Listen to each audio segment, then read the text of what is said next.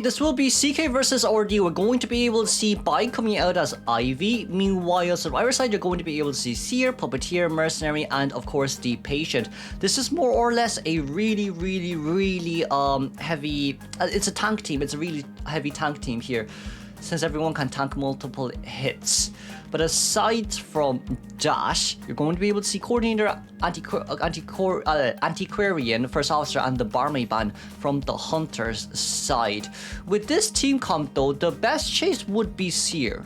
It would still be Seer, even though he tanks one hit, yeah, it still will be Seer at the end of the day because he can't look back after all. Now then, with that in mind, it will be Instance Detention alongside with Hunt and of course Berserker. But because of this too, we are going to be able to see Seer stuck in middle. If we can get, can we leech on towards Patient? Yeah, leech on towards Patient, bring him back, and then leech on towards Seer, who's in middle right now. So that means that we can force Seer to stay in this area and get as much Ostracon. Well, 59 stacks is absolutely insane, by the way. 59 stacks is a lot. This is why it's so good to force the virus to stay in one area and then leech on towards them. So with that in mind, we're going to be able to see the Owl coming out. But even with the Owl out here, like Blink is going to be ready relatively soon as well. So we can realistically speaking just Revelation here with with Yi. We're not going to Revelation. We want to Blink hit down. We want to Blink hit down. So that's very fair. We're going to be able to get a Blink hit. And Yi would be ETA Yi. We're not going to activate Yi. No Yi. Just a little bit too far away. We're looking. We did get it. And Fan will be going down here without any flywheel. Then that is an 80-second containment here. And Survivor Cypher Machines are relatively healthy. Around 2 Cypher Machines decoded right now. And there is a basement nearby though, which might pose quite a bit of an issue. Bai will have to focus on charging into basement right now. Oh, we're not gonna go into basement. Okay then, we're gonna stay upstairs. I do think that's also because of the fact that we do have another Ostracon inside hospital, so you won't be able to rotate in towards hospital anyways. Mercenary is going to come out from the side. Meanwhile, Patient here will be able to get immediate hit. We're going to teleport back here immediately, I feel. Yep, that's going to be teleportation back, and that's going to be Patient leech there. Not Patient. Seer leech there as well. That's 29 stacks. If we're going to pat it away, I don't know if that's going to be enough there, but that's overall okay. Yes, even if Mercy can't come into rescue again, you don't have borrowed time.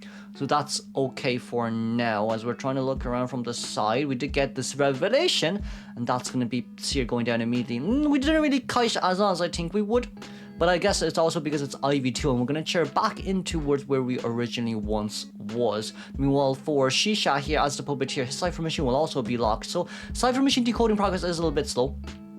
It is a little bit slow. Patient did get healed, yes, but him coming to rescue right now, he's gonna have to utilize at least one hook to pull in a little bit more distance. Because like if you come in too late, it's a tiny bit risky for Patient. So you do have to use an item a little bit early. We're gonna be able to get a leech on towards Merc here. We do see Patient right now. We don't want to get rid of the Yetian at Merc's hands, and that's gonna be immediate hit registered. Seer's still on the way out. Seer is gonna go down, and for Mercenary, are we gonna de-leech from Merc, I wonder? We're gonna teleport over. Aye, Merc. Aye, that's a free hit given. Aye, that's kind of an ambush, so fair enough. I'm quite sure Merc wanted to get rid of Ostracon, but we were just a little bit unfortunate on that. I think we were quite unfortunate on that. So that's why we left Yi Tian on Merc. So Yi done a really good job there. Wow, Ivy's on the run today. Teleportationing out towards Puppeteer is not worth it. Right now it's not really worth it. Towards Patient, yes. Towards Puppeteer, no. Patient also doesn't have any borrowed time, so like, as long as we can get the Patient down, it'll always be a guaranteed true elimination game no matter what happens there. As Hanchi, on the other hand, is now on the run out. Patient does have 2 hooks here to use. But I feel like it's the moment that he uses his hooks, it'll go hard. Don't teleport. Okay, never mind, do teleport. I thought Patient was going to hook immediately, but he didn't, so there's that. I don't think he can hook as well, because they may have reduced the teleportation time, but then like the stack animation is still there. It's still the same, so no different, I guess, no different. We're not going to chair towards the corner. We're going to try map control here a little bit more. Okay. So with a little bit more map controlling from Bai's side, Puppeteer wants to come into rescue. But with the Puppeteer rescue here, what we have to come to the conclusion is we're a bit too far away. Ah, blink.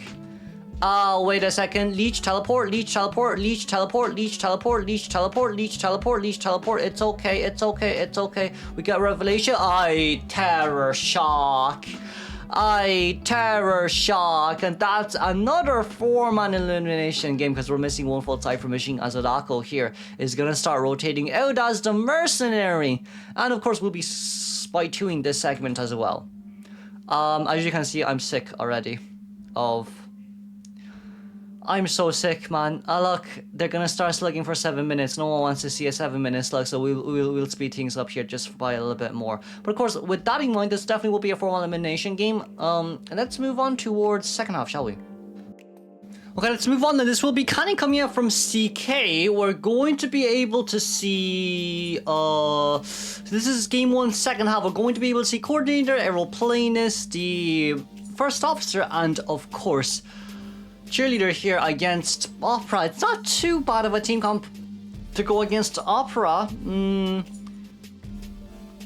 I still feel like maybe... I think Gardner here would have worked as well, but I guess they're a little bit afraid of the ID, but you can put Gardner in 2-story. I would sub out Gardner for Cheerleader. Personally, I probably would have. Because like Aeroplanist still has more room to play, but I guess they just want Cheerleader to be there to reset Aeroplanist's item as well, just in case of an Opera too. So I guess it's not a bad team comp to play arounding, to be honest with you. So from RD side, it will be Trunk Detention alongside with Max Pallet Breaking and Berserker. We're going to be able to see Coordinator here upstairs, being ready for containment. Cordy does have Flywheel and Window Speed was here on mind, but I guess since the survivors only need a 1-man escape, they don't really have too much they need to worry about. All survivors are now currently decoding 40 seconds in towards the game right now when we found someone.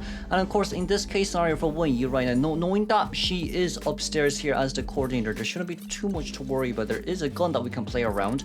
And of course, without any excitement too, we probably have to still go after Cordy here no matter what happens. It is 54 seconds in towards the game. Gonna be able to go down here alongside with Coordinator, and Coordinator taking the window speed boost. But sadly, we went down into basement. Cordy will be double backing herself in towards the nearby window just in case something odd happens. And right now, what I would say is it's more or less just about rotating out from this area as fast as we can. Flywheel is ready. Yes, we decided not to use Flywheel. I think we could have Flywheel towards the palace and then get behind it, drop it down, or play mind games there. But I guess if it doesn't work, it doesn't work. That's overall not too bad. We're gonna be able to get the Flywheel and the blink open here. And Kanye, that's not a bad decision, but it's just you were a tiny bit too late on that. Well, if you were any earlier, the Flywheel would have counted the blink anyway. So. Okay, that's a little bit unfortunate here. We're going to be able to see around 2.5 Cypher machines done, and Coordinator is still alive and well. There's one long pallet here for us to play around in, and if Connie decides to not break it, it will be still pretty bad. Window Speed was here being applied on towards Coordinator, and Cordy here is just trying to buy a little bit more time. Connie's standing still trying to stall out the window speed boost time as well, which isn't bad. But for Wei here, she would be going down immediately as the Coordinator. Yes, there is 3 full Cypher machines done, but the good news is First Officer Cypher machine, as long as First Officer Cypher machine is done, that's all what it matters. We do see as well Dunkai is already on his way in a little bit early as well. He did leave his Cypher machine really early too, but that's also because they have more than enough Cyphers here, so they don't need to play it that riskily. First Officer doesn't have to finish it immediately. What First Officer has to prioritize is come in and give to Nidus, as we do see here as well. For Opera, I do think what matters the most would be playstyle.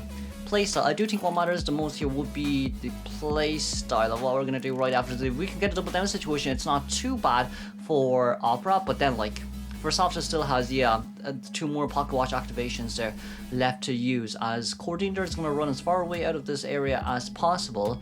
I think we should keep letting First Officer rescue. Allowing First Officer to decode... No, we're gonna get First Officer to finish off his Cypher machine, and Aeroplanist go decode Cheerleader Cypher, because Cheerleader has 2 pom-poms. She already did use 1 to get in towards the chair, as we do see here as well. Huansha is upstairs, never mind. We used to get towards Hospital Cypher, but Hospital Cypher also means that you can't lock that Cypher machine anymore. So what do we have? We With Aeroplanist, with Titan, and 2 jetpacks here to use alongside with Hover, just in case the Opera decides to change targets. And I do think as long as Aeroplanist rescues here and runs straight towards Shakish, everything should be overall fine. But with that no damage rescue, it does make a lot of difference, as the Cypher Machine is going to be primed here immediately. And trying to chase out the one here is going to be really hard. For the Cordy here, not only does she have Flywheel to use, she's also so many pads left unused. And if we want to save the Blink, I think it's too late to save the Blink. Oh, the Flywheel came out early though.